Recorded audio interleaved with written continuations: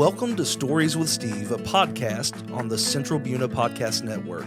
Every Thursday in 5 minutes or less, we'll lift you up with stories of how God works behind the scenes in our lives. Romans 8:28 tells us that God works all things together for the good of those who are called according to his purpose. Now with an encouraging story, here's Steve.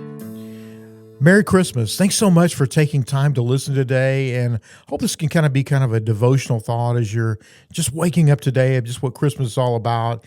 And just wanted to share, several years ago, I got a chance to visit Israel, and actually that's a whole podcast in itself, my trip to the Holy Land. But I did think I wanted to share just when I visited the Church of the Nativity, I always thought, hey, it'd be really cool to visit the place where Jesus was born.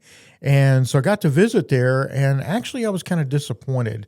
I guess it wasn't what I fully expected. The decor and everything as you walk in there. First of all, it's an old church that's built over a cave. A lot of times in our picture we show pictures of Jesus being born in a wooden stable, but actually it was a cave, a grotto that the church was built over in 326 BC. And so, interesting thing that when you walk in this church, though, that you have to bend down, you have to bow down. They refer to it as the door of humility.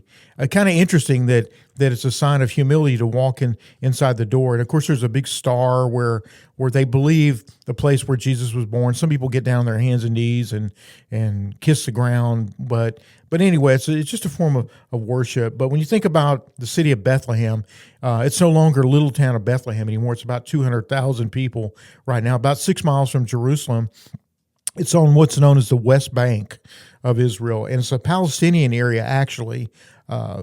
Predominantly, there's Muslim, Jewish, and there's Christian, but a lot of people don't realize that there are some Palestinian Christians also. They're not all Muslim, but the modern day town, it's a very busy town, and so there's Manger Square, and it's a very kind of good marketplace. It's obviously a tourist place. People go, and they have a beautiful.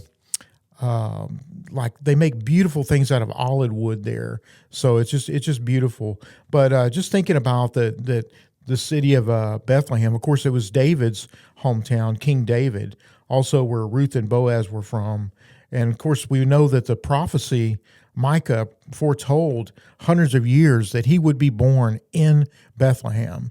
And I thought about with all the crowdedness and everything, it almost took away from the simplicity of Jesus' birth and why he came, the purpose of why he came on this earth. We can get caught up in that today, right? Everything that goes on, we can get caught up in just everything, the busyness. But just remember that it was done in humility. And I think about, like I said, the door that you enter, you have to bow. And also, when you visit the garden tomb where some people believe Jesus may have laid, you also have to bow when you go into that in there too. And that's kind of also a sign of humility.